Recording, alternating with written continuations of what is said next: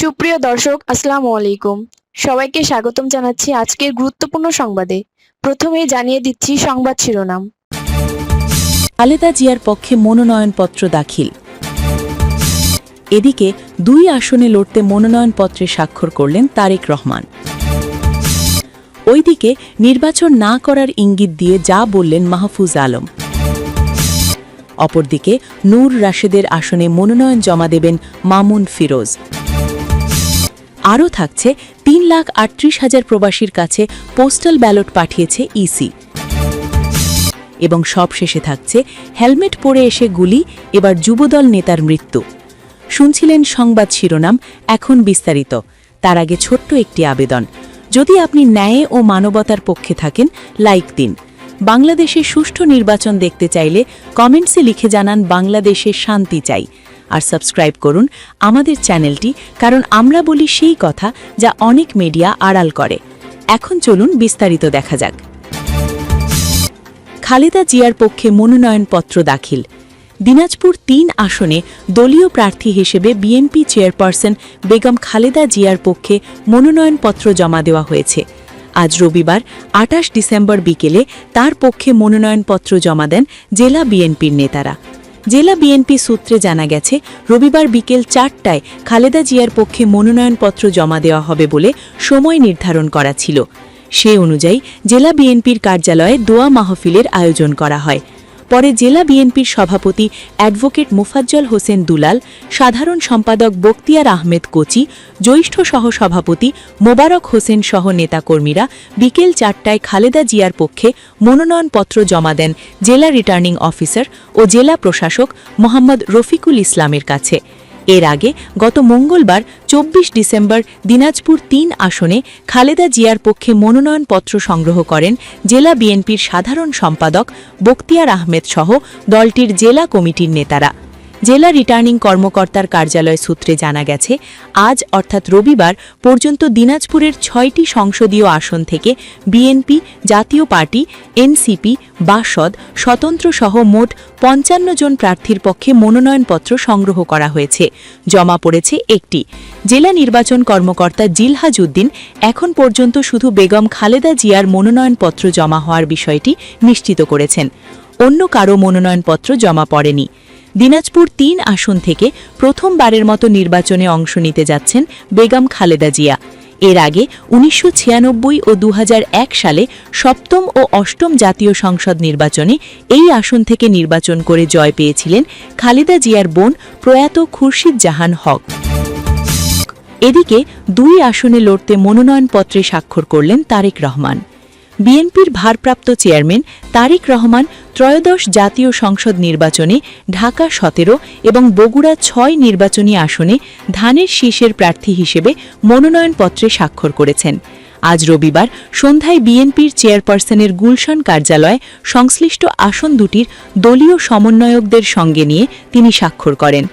এর আগে শনিবার 27 ডিসেম্বর রাতে বিএনপির স্থায়ী কমিটির সদস্য সালাউদ্দিন আহমেদ জানান, আমাদের দলের ভারপ্রাপ্ত চেয়ারম্যান তারেক রহমান 2টি আসন থেকে নির্বাচনে প্রতিদ্বন্দ্বিতা করবেন। একটি বগুড়া 6 এবং অন্যটি ঢাকা 17। এটি দলীয় সিদ্ধান্ত। তিনি আরও বলেন, বিএনপি চেয়ারপারসন খালেদা জিয়া 3টি আসন বগুড়া 7, ফেনী 1 এবং দিনাজপুর 3 এবং তারেক রহমান বগুড়া 6 ও ঢাকা 17 আসন থেকে প্রতিদ্বন্দ্বিতা করবেন। ওইদিকে নির্বাচন না করার ইঙ্গিত দিয়ে যা বললেন মাহফুজ আলম। জামায়াতে ইসলামী জোটের হয়ে তথা জাতীয় নাগরিক পার্টি এনসিপি এর হয়ে ত্রয়োদশ জাতীয় সংসদ নির্বাচনে অংশ না নেওয়ার ঘোষণা দিয়েছেন অন্তর্বর্তী সরকারের সাবেক উপদেষ্টা মাহফুজ আলম। রবিবার সামাজিক যোগাযোগ মাধ্যম ফেসবুকে নিজের ভেরিফাইড প্রোফাইল থেকে এই সংক্রান্ত এক পোস্টে নিজের রাজনৈতিক অবস্থান তুলে ধরেন। পোস্টে তিনি লিখেছেন, নাগরিক কমিটি ও এনসিপি জুলাইয়ের সম্মুখ সারির নেতৃত্বে সংগঠিত হয়েছিল।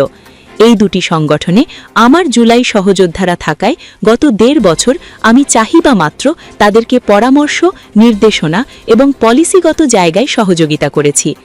আমার অবস্থান স্পষ্ট, নতুন রাজনৈতিক অর্থনৈতিক বন্দোবস্ত, ফ্যাসিবাদের বিরুদ্ধে সাংস্কৃতিক লড়াই, সামাজিক ফ্যাসিবাদ মোকাবেলা, রিকনসিলিয়েশন, দায় দরদের সমাজ সহ অনেক কথাই আমি বলেছি।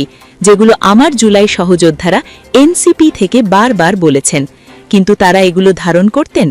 এনসিপিকে একটা বিগ জুলাই আমব্রেলা আকারে স্বতন্ত্র উপায়ে দাঁড় করানোর জন্য আমি সকল চেষ্টাই করেছি, কিন্তু অনেক কারণেই সেটা সম্ভব হয়নি। বর্তমান বাস্তবতায় আমার জুলাই সহযোদ্ধাদের প্রতি সম্মান, স্নেহ এবং বন্ধুত্ব মুছে যাবে না, কিন্তু আমি এই এনসিপির অংশ হচ্ছি না। আমাকে জামায়াত এনসিপি জোটটিকে প্রস্তাব দেওয়া হয়নি, এটা সত্য নয়, কিন্তু ঢাকার কোনো একটা আসনে জামায়াত এনসিপি জোটের প্রার্থী হওয়ার চাইতে আমার লং স্ট্যান্ডিং পজিশন ধরে রাখা অধিক গুরুত্বপূর্ণ। ইতিহাসের এ চলতি পর্বে বাংলাদেশ একটা শীতল যুদ্ধে আছে। এ পর্বে কোনো পক্ষ না নিয়ে নিজেদের বক্তব্য ও নীতিতে অটল থাকাই শ্রেয়। বিকল্প তরুণ অথবা জুলাই শক্তির সম্ভাবনা এখনও শেষ হয়নি, বরং আমি গত 1.5 বছরে যা বলেছি, যে নীতিতে বিশ্বাস রেখেছি তা অব্যাহত রাখব, রাজনৈতিক, সাংস্কৃতিক ও বুদ্ধিবৃত্তিক সকল উপায়ে। If you care to join me, you are most welcome.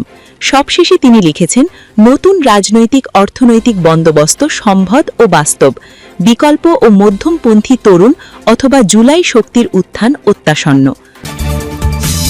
অপরদিকে নূর রাশেদের আসনে মনোনয়ন জমা দেবেন মামুন ফিরোজ। আসন্ন ত্রয়োদশ জাতীয় সংসদ নির্বাচনে গণ অধিকার পরিষদের সাধারণ সম্পাদক রাশেদ খান দলীয় পদ ছেড়ে বিএনপির ধানের শীষ নিয়ে প্রতিদ্বন্দ্বিতা করার ঘোষণা দিয়েছেন। অপরদিকে দলের প্রশাসক নুরুল হক নূর নিজে দলীয় প্রতীক ট্রাক নিয়েই ভোট করবেন। এই দুটি আসনে তাদের মনোনয়ন তুলে জমা দেওয়ার ঘোষণা দিয়েছেন কেন্দ্রীয় বিএনপির নির্বাহী কমিটির সদস্য হাসান মামুন এবং কেন্দ্রীয় স্বেচ্ছাসেবক দলের সিনিয়র যুগ্ম সাধারণ সম্পাদক সাইফুল ইসলাম ফিরোজ। আগামী সোমবার 28 ডিসেম্বর মনোনয়ন জমা দেওয়ার শেষ দিনে তাদের মনোনয়ন জমা দেওয়ার ঘোষণা দেন। এর আগে তারা মনোনয়ন ফর্ম উত্তোলন করেন।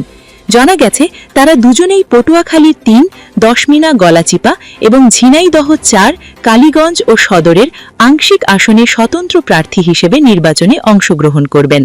কেন্দ্রীয় বিএনপির নির্বাহী কমিটির সদস্য হাসান মামুন জানান, আগামীকাল বেলা 12টায় দশমিনা উপজেলা পরিষদ কার্যালয়ে নির্দলীয় প্রার্থী হিসেবে মনোনয়নপত্র জমা দেবেন এবং বেলা 2টায় গলাচিপায়। কেন্দ্রীয় স্বেচ্ছাসেবক দলের সিনিয়র যুগ্ম সাধারণ সম্পাদক সাইফুল ইসলাম ফিরোজ জানান, সোমবার সকাল 11টায় মনোনয়ন ফর্ম জমা দেবেন। আরও থাকছে, 3,38,000 প্রবাসীর কাছে পোস্টাল ব্যালট পাঠিয়েছে ইসি। ত্রয়োদশ জাতীয় সংসদ নির্বাচন ও গণভোটে ভোট দিতে গত 8 দিনে বিশ্বের বিভিন্ন দেশের প্রবাসী ভোটারদের কাছে পোস্টাল ব্যালট পাঠানো হয়েছে। রবিবার 28 ডিসেম্বর প্রবাসী ভোটার নিবন্ধন বিষয়ক out of country voting system and implementation system OCVSDI প্রকল্পের টিম লিডার সালিম আহমেদ খান এই তথ্য নিশ্চিত করেছেন। সালিম আহমেদ খান আশা প্রকাশ করেন যে দেশের মধ্যে সরকারি চাকুরিজীবী, নির্বাচনী দায়িত্বে নিয়োজিত ব্যক্তি এবং আইনি হেফাজতে থাকা ভোটারদের নিবন্ধন 10 লাখ হতে পারে। এছাড়া প্রবাসী বাংলাদেশিদের নিবন্ধন 6 লাখের বেশি হতে পারে। আসন্ন জাতীয় সংসদ নির্বাচন ও গণভোটে পোস্টাল ব্যালটে ভোট দিতে পোস্টাল ব্যালট বিডি অ্যাপে 8,94,895 জন নিবন্ধন করেছেন। রবিবার রাত 8:45টার দিকে ইসির ওয়েবসাইট থেকে এই তথ্য জানা গেছে। গত 19 নভেম্বর থেকে নিবন্ধন শুরু হয়েছে, চলবে 31 ডিসেম্বর পর্যন্ত।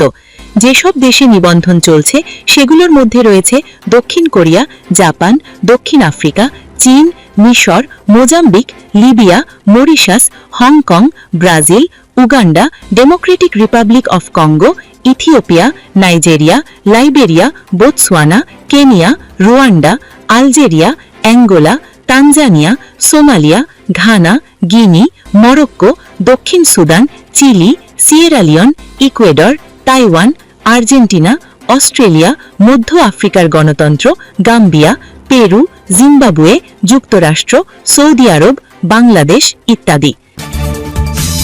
এবং সবশেষে থাকছে, হেলমেট পরে এসে গুলি, এবার যুবদল নেতার মৃত্যু। কক্সবাজারের ঝিলংজায় সন্ত্রাসী হামলায় গুলিবিদ্ধ যুবদল নেতার মৃত্যু হয়েছে। রবিবার 28 ডিসেম্বর ভোরে ঢাকার একটি প্রশাসনিক হাসপাতালে তিনি শেষ নিঃশ্বাস ত্যাগ করেন। এর আগে 9 ডিসেম্বর কক্সবাজার শহরের বাইপাস সড়কে মোটরসাইকেল আরোহী সন্ত্রাসীরা হেলমেট পরে এসে তাকে গুলি করেন। নিহত যুবদল নেতার নাম মোহাম্মদ ফারুক, তার বয়স ৩৪ বছর।